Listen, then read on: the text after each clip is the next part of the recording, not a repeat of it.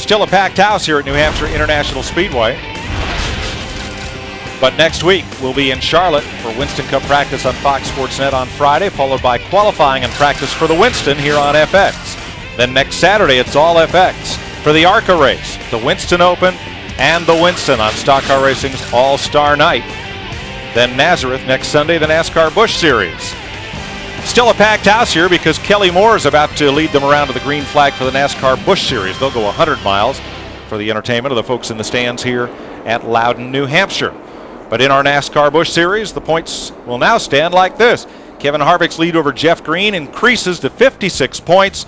Harvick led the most laps, finished 2 spots in front of Green today. Jason Keller edges a little closer in 3rd.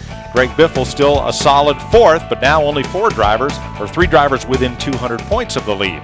Mike McLaughlin still hangs in there in 5th, even after having the problem today, but stayed on the lead lap and finishes 10th. Todd Bodine in the 00, of course, they did not run this race here. He fell from the top 10 all the way back to 13th. And a look on back through the top 30, including some drivers like Mike Skinner, who have not competed in all of the Busch Series races. One area driver had a lot of local support in the stands and had hopes of a high finish, but here's Jeff. That's exactly right, Mike, but Andy Santerre had another great run going today, but what happened? Well, we broke something in the brakes. I don't know if it was a brake line or whatever. And this is the only car we've got. It's a brand new car, and kind of built it the way I wanted. And I only had 1 master cylinder on it. I was trying to save weight to run these flat tracks, and it bit us. I lost a brake line or something on the rear, or a seal or something, and all the brake fluid ran out. So I ran about 25 laps with no brakes and was holding my own. But when the pedal finally hit the floor, I said, well, boys, we've got to come in and fix it. So had a great race going. I want to thank E.J. Prescott for coming on board with us, and Russo's Window Tin, and they helped us out. So we'll be back. We're not sure yet which track we're going to next, but we've run good this year, and I'm real proud of my guys. Well, Andy, you think there's an opportunity you're going to get a chance to go to Nazareth or run some more Busch races? Because you always run strong. Bristol, you were really good. Had a chance to win there. Today, you look really strong also. So what's the rest of the year look like?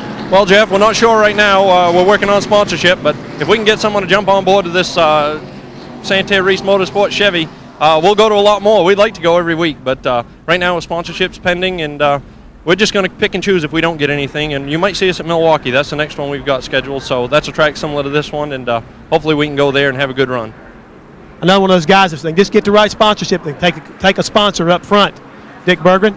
Yeah, Magic Shoes Mike McLaughlin for sure. The Talladega winner. You've won 2 in 1 day here, not today. Tell us about that wild ride when you went spinning around. We've definitely had better days. You know, everybody was bunched up there at the end. A few people impatient. Ended up getting turned around.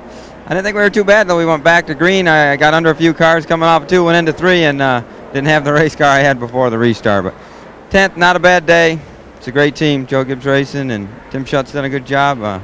We'll make a nice home for a sponsor to come on board. It will, and we will see you in Nazareth.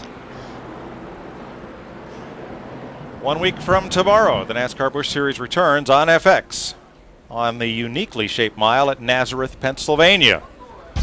Well, the fans coming out of the campers for their Busch North Series race, and we'll be back to wrap things up from Loudon, New Hampshire after this.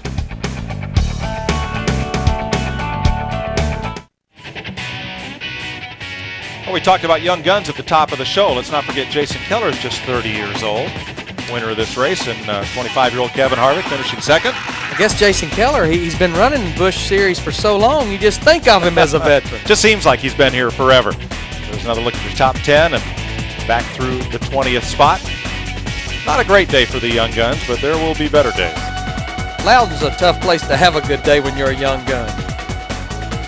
Tough place on experienced drivers as well. There's a bunch of them in that second half of the field as well. Well, Kevin LePage getting that shot in that one car, last week's race-winning car, and gets in that early crash. Well, he got a shot in the rear end, and that was kind of that. Well, we've had a fun day up here in the Lakes region of New Hampshire. I think we ought to put Hammond back on that motorcycle and send him for another lap of the lake. He better go find his hotel. Charlotte's only a week away. It's in Wolfboro. It's on the eastern shore of Lake Winnipesaukee. Nice view across the water to the sun. But the Hollywood Hotel and Chris Myers and Darrell Waltrip will be back next week, and we'll all be at Charlotte for Stock Car Racing's All-Star Night. And I know just what really makes that pump things up in these shops that are all close by Charlotte Motor Speedway when it comes time to run the Winston. Well, it's their home track, and you know, I've been a part of the Winston for a number of years. won races there. I've hauled carnage out of there. One night in 1992, we figured out how to do both on one night. Won the race and wrecked. So it's an interesting all-star event. It's going to be a fun one. Let's go down for final thoughts, down to the pits. Let's first check with Dick Berggren. Well, the race doesn't always go to the fastest man. If it did, this car with Kevin Harvick would have been in victory lane. Sometimes it goes to the man who thinks he can. Today it went to the guy who got himself positioned at the tail end with 4 fresh tires. Made all the difference in the world for Jason Keller. A big day for him. To Jeff.